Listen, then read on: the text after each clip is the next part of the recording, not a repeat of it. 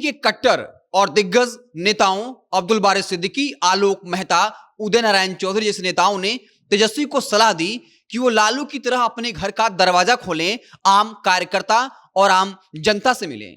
इन तीनों नेताओं के अलावा कई ऐसे नेता थे जो उस कमेटी में शामिल थे और हर एक उम्मीदवार से मुलाकात की, मीटिंग किया और ग्राउंड रियलिटी को जाना, जिन्होंने 2025 के विधानसभा चुनाव में आरजेडी के टिकट पर चुनाव लड़ा और उस आधार पर एक रिपोर्ट तैयार की और उस रिपोर्ट में यह कहा कि सरकार ने अपनी तरफ से कुछ मनमानी की, लेकिन हमारी तरफ से भी बहुत सारी गलतियां हुई और फिर तेजस्वी को लेकर भी सलाह दिया। पूरी कहानी क्या है, पूरी खबर क्या है, आपको बताएंगे। उससे पहले औपचारिकता के लिए बता दूं कि मेरा नाम है हिमांशु कुमार और आप देख रहे हैं जनता जंक्शन। समीक्षा के लिए एक कमेटी बनी जिसमें अब्दुल बारी सिद्दीकी, उदय नारायण चौधरी, आलोक मेहता जैसे सीनियर लीडर थे और उन्होंने हर विधानसभा में लोगों से बातचीत की, हर एक उम्मीदवार से बातचीत की जो 2025 का विधानसभा चुनाव लड़े और इस आधार पर निष्कर्ष निकाला और अपनी ही पार्टी को सलाह दिया। सबसे पहले बात करते हैं जो सलाह तेजस्वी को दी गई। तेजस्वी को कहा गया कि वो या तो अपने घर का दरवाजा खोलें या फिर ऑफिस कार्यालय में आएं और एक खास वक्त रखें जब उनसे पार्टी का कोई आम कार्यकर्ता और आम जनता भी मिले और अपने दिल की बात कह पाए, पार्टी को लेकर बात कह पाए। इसके अलावा यह कहा कि जो आरजेडी के प्रवक्ता हैं वो टेलीविजन पर आक्रामक होने से बचें और साफ तौर पर कहा है कि यादव समाज जो है वो भी आक्रामक होने से बचे। और साफ तौर पर यह कहा गया कि जो हार हुई है उसके पीछे एक बहुत बड़ी वजह टिकटों के बंटवारे में देरी हुई और दूसरा जो आरजेडी के नेता नाराज थे उन्हें मनाने की कोई कोशिश नहीं हुई और कई ऐसे उम्मीदवारों का टिकट काटना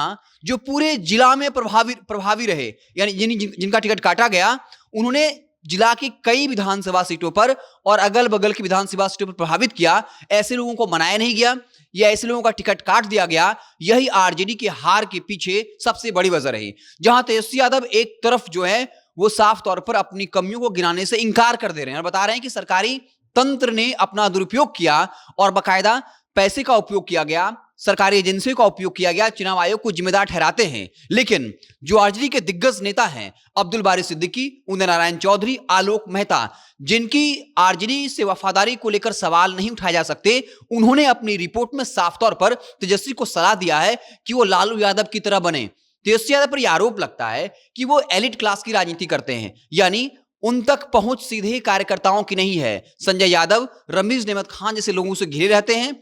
अगर कोई तेजस्वी से मिलना चाहता है तो उसे संजय यादव या रमीज नेमत खान से होकर गुजरना पड़ता है। ऐसे में जो कार्यकर्ता या नेता संजय यादव, रमीज नेमत खान को खुश नहीं रखता है या उनकी बात नहीं मानता है, चापलूसी नहीं करता है, वो तेजस्वी से नहीं मिल पाता है और तेजस्वी यादव को ग्राउंड रियलिटी बताने से बचता है या उन तक बात पहुंच नहीं पाती है। ऐसे में अब्दुल बारी सिद्दीकी सहित जो पूरी टीम थी उन्होंने तेजस्वी को सलाह दिया है कि आप लालू यादव की तरह बनिए, अपने घर का दरवाजा खोलिए या फिर ऑफिस में एक टाइम फिक्स करिए जहां आरजेडी का आम कार्यकर्ता आपसे मिल सके। और साफ तौर पर कहा जो हार हुई है उसमें कई और कारण तो थे ही, जैसे सरकारी तंत्र का दुरुपयोग करना, पैसा का 10,000 का बांटा जाना, लेकिन हमारी तरफ से गलतियां हुई हैं और उसमें सबसे बड़ी गलती ये रही कि जो नाराज नेता थे जिनका टिकट कटा, हमने उन्हें मनाने की कोई कोशिश नहीं की और ऐसे में हमारे लोग ही हमको हराने में लग गए।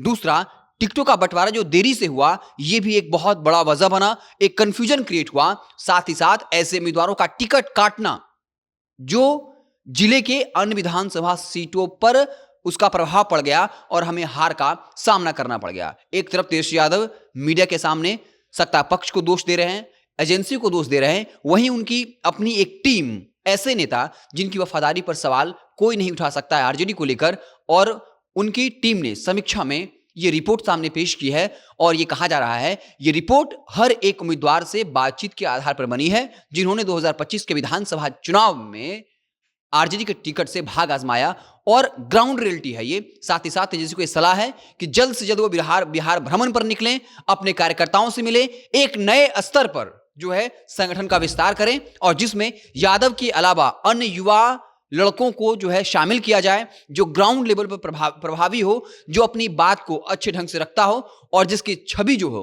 वो काफी साफ सुथरी हो। तो देखना दिलचस्प होगा।